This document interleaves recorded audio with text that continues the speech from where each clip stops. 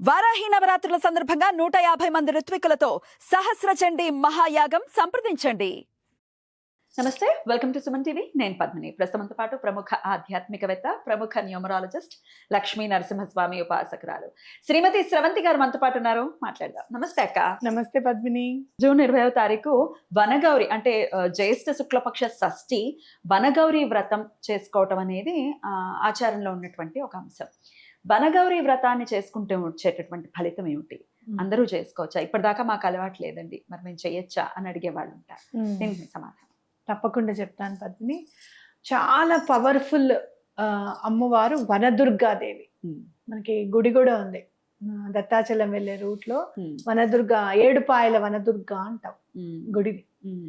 అక్కడ 7 పాయలుగా చీలిపోయి ప్రవహిస్తుంది నది.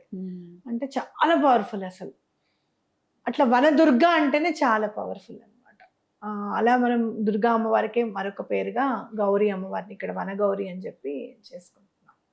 మరి ఇక్కడ ఎట్లా వృక్షాలకు ఎందుకు అంత ఇది అంటే, నేను చాలాసార్లు చెప్తూ ఉంటాను, మేనిఫెస్టేషన్ చేసుకునేటప్పుడు ఏదైనా ఒక చెట్టుని ఎన్నుకోండి, దానికి చెప్పండి, మాట్లాడండి, చెట్టుతో మాట్లాడండి, మీ మాట వింటుంది అని నేను చాలాసార్లు చెప్పిన సందర్భం ఉంది. మేనిఫెస్టేషన్స్ కి మన ధర్మానికి ఏమి అతీతంగా ఏం లేవు, అన్ని ఇంటర్లింక్డ్ గానే ఉన్నాయి. అక్కల్కోట్ మహారాజు గారు ఎలా వచ్చారు బయటికి? ఎలా వచ్చారు?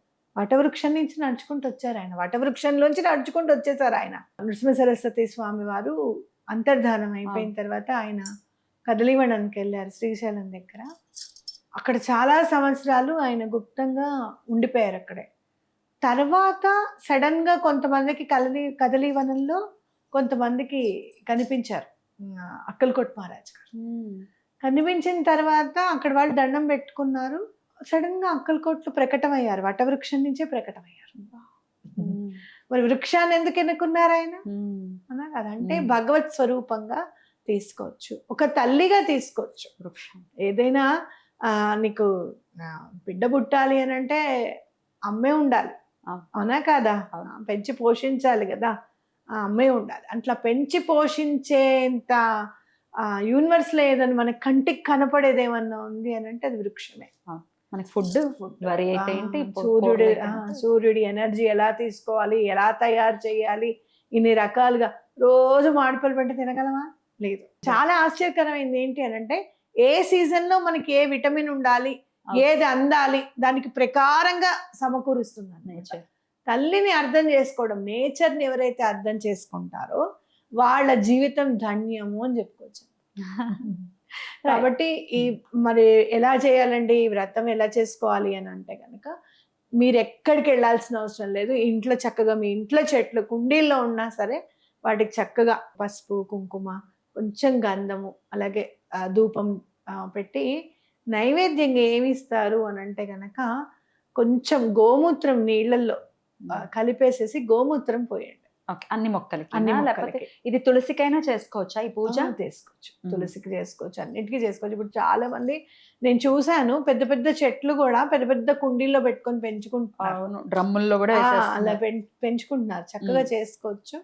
అలా లేదండి మా ఇంట్లో అసలు చెట్టే లేదు, తులసి చెట్టు తప్ప మేము ఏమి పెట్టుకోము అని అనుకుంటే గనక, ఈసారి జేడ్ ప్లాంట్ ఒకటి ఆర్డర్ చేసుకోండి. ఆ రోజు జేడ్ ప్లాంట్ అసలు ఎంత డబ్బుకి కొదవ లేకుండా ఉంటుంది జేడ్ ప్లాంట్ ఉంటే ఇంట్లో. ఎందుకు అని అంటే, మీరు ఒక 4-5 రోజులు నీళ్లు పోయకపోయినా కూడా జేడ్ ప్లాంట్ ఎండిపోతుంది, వాటర్ ని స్టోర్ చేసుకుంటుంది, అదే యూజ్ చేసుకుంటుంది. అందుకే మెత్తగా ఉంటుంది, ఇంత మందంగా ఆకు.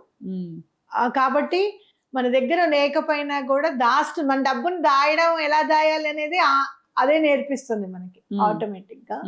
చాలా బాగా పనిచేస్తుందని చెప్పుకోవచ్చు. అద్భుతం, అద్భుతం. సో చక్కగా పూజ చేసుకుని, తులసికైనా పూజ చేసుకుని ఈ రోజున యూటిలైజ్ చేసుకోవాలని చెప్పారు. అలాగే మేనిఫెస్ట్ చేయటం, చెట్టుతో మాట్లాడటం, లేకపోతే మనం కష్టం చెప్పడం మీరు పలుమార్లు చెప్పారు. ఈ వీడియోలో కూడా ఒకసారి చెప్పండి, ఎట్లా చెట్టుకి చెప్పాలి మన సమస్య, ఆ సమస్య నుంచి ఎట్లా మనం బయటపడతాం? ఎదురుగుండా అమ్మవారే ఉంది అని అనుకోండి, ఏదైనా రావి చెట్టుని కానీ, వటవృక్షాన్ని కానీ, జమ్మి చెట్టుని కానీ, వృక్షరాజాలన్నీ మనకు ఒక 5 ఉంటాయి అనమాట. లేదు అంటే మందార చెట్టు పెట్టుకోండి. మందార చెట్టు కూడా చాలా బాగా మాట వింటుంది. అక్కడ నుంచొని మీరు ఎక్స్ప్లెయిన్ చేయండి మీ పరిస్థితి ఏంటి అని. మనకి ఇది కావాలమ్మా, ఇది లేకపోతే మనకి ఇబ్బంది అవుతుంది, ఎలా అయినా సరే ఈ పని అయ్యేటట్టుగా చూడాలి నువ్వే అని చెప్పి అనుకొని చెట్టుకి నీళ్లు పోస్తే ఖచ్చితంగా ఆ పని అవుతుంది, గ్యారంటీగా అవుతుంది. నేను ఒక రోజు మందార చెట్టుకి ఈ మధ్య బాగా తెల్లటివి బగ్స్ అంటాం అవి బాగా పడుతుంది అసలు. చెట్టు అంతా బాధైపోతుంటే ఓ రోజు దాన్ని ఇట్లా నిమిరి ఎండమ్మా కొంచెం అన్నా ఫైట్ చేయకపోతే ఎట్లా, నువ్వు ఎన్ని మందులని వేస్తా అని చెప్పి ఫైట్ చేయాలి మాట్లాడారా, ఫైట్ చేయాలి అని అనుకున్న తర్వాత 2 days కి చిగురు వచ్చింది ఆ చెట్టుకి. అసలు చచ్చిపోతుంది అనుకున్న చెట్టుకి చిగురు వచ్చింది అనమాట. సో తప్పకుండా మాట అనేది వింటాయి. ఆర్గానిక్ గా ఎలా పెంచుకోవాలి మన చెట్లను కూడా ఇప్పుడు చాలా మంది పైన గార్డెన్స్ అని అవి ఇవన్నీ వేసుకుంటున్నారు. ఆర్గానిక్ సంబంధించినవి ఎట్లా వేయాలి చెట్లకని కూడా నేర్చుకొని చేస్తే కూడా చాలా బాగుంటుంది అని చెప్పుకోవచ్చు. అయితే చెట్టుకి ఇంకోటి ఏంటి అని అంటే మీరు ఏదైనా దారం కడితే చాలా ఫాస్ట్ గా పని అవుతుంది. అవునా, ఎలా కట్టాలక్క?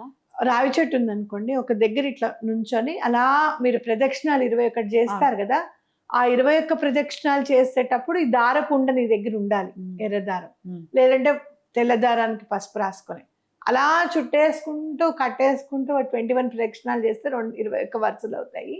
ఆపేసేసి అక్కడికి తీసేసి అంటే ఎక్స్ట్రా ఉన్నది ఇట్లా దింపేసేసి, అమ్మ మాకు పని అయ్యేటట్టు చూడు, ఇది గుర్తుపెట్టుకో, ఇదే నీకు సంకేతం, నేను చెప్పిన మాట నువ్వు గుర్తుపెట్టుకోవాలంటే ఇదే దారంతో సంకేతం అని చెప్పొచ్చు అనమాట. ఒక అమ్మాయికి నేను పెళ్ళవడానికి కూడా దానిమ్మ చెట్టు చెప్పాను. దానిమ్మ చెట్టు కట్టచ్చా? దానిమ్మ చెట్టు, రావి చెట్టుకి నేను చెప్తాను ఇది ఎలా చేయాలో. రావి చెట్టుకి దానిమ్మ చెట్టు ఉంటుంది కదా, అది గుచ్చేసేసి దండలా కట్టాలి. దానిమ్మ పండు ఉంటుంది కదా, కచ్చా దానిమ్మ తీసుకొని దాన్ని గుచ్చేస్తే దండలాగా వస్తుంది లోపల నుంచి, సూది పెట్టి దండ అది కట్టేసిన తర్వాత ఒక 11 రోజులు వెళ్ళి ఆ చెట్టుకే నీళ్లు పోసి దండం పెట్టుకోవాలి. 11 రోజులు చేసింది, 15వ రోజు 16 రోజు పెళ్లి కుదిరింది ఆ అమ్మాయికి. వృక్షానికి చెప్తే కష్టపడి చేస్తే అవ్వని పని అంటూ ఉండదు అనేది మనం గుర్తుపెట్టుకోవాలి ఎప్పుడైనా.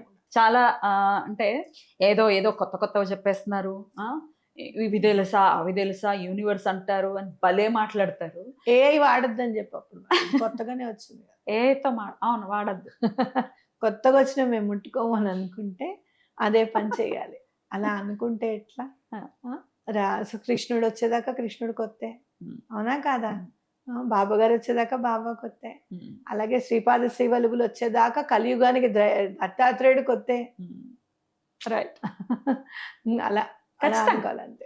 ఏముంది అనేటానికి అజ్ఞానం ఉంటే చాలు, తెలుసుకోవడానికి జ్ఞానం అవసరం అవుతుంది. తెలుసుకుందాం. మనకి ముందు అవతల వాళ్ళని విమర్శించడము అనేది తగ్గిపోతే ఆటోమేటిక్ గా జ్ఞానం వచ్చేస్తూ ఉంటుంది. ఎగ్జాక్ట్లీ, వాళ్ళు ఎందుకు చేశారనేది అనలైజ్ చేయడం వేరు, క్రిటిసైజ్ చేయడం వేరు. ఎగ్జాక్ట్లీ, వెల్ సెడ్ అక్క. చాలా అద్భుతంగా మాకు వివరించారు. వచ్చేటటువంటి మంచి రోజున అందరూ కూడా యూటిలైజ్ చేసుకోవాలి. లేకపోతే వనగౌరి వ్రతం ఆచారం ఉంది, వాళ్ళ సాంప్రదాయం కుటుంబ ఆచారం ఉందంటే వనగౌరి సమ్మక్క సారక్క అదే కదా, వనంలోకి వెళ్ళిపోయి అక్కడ ఉండిపోతారు.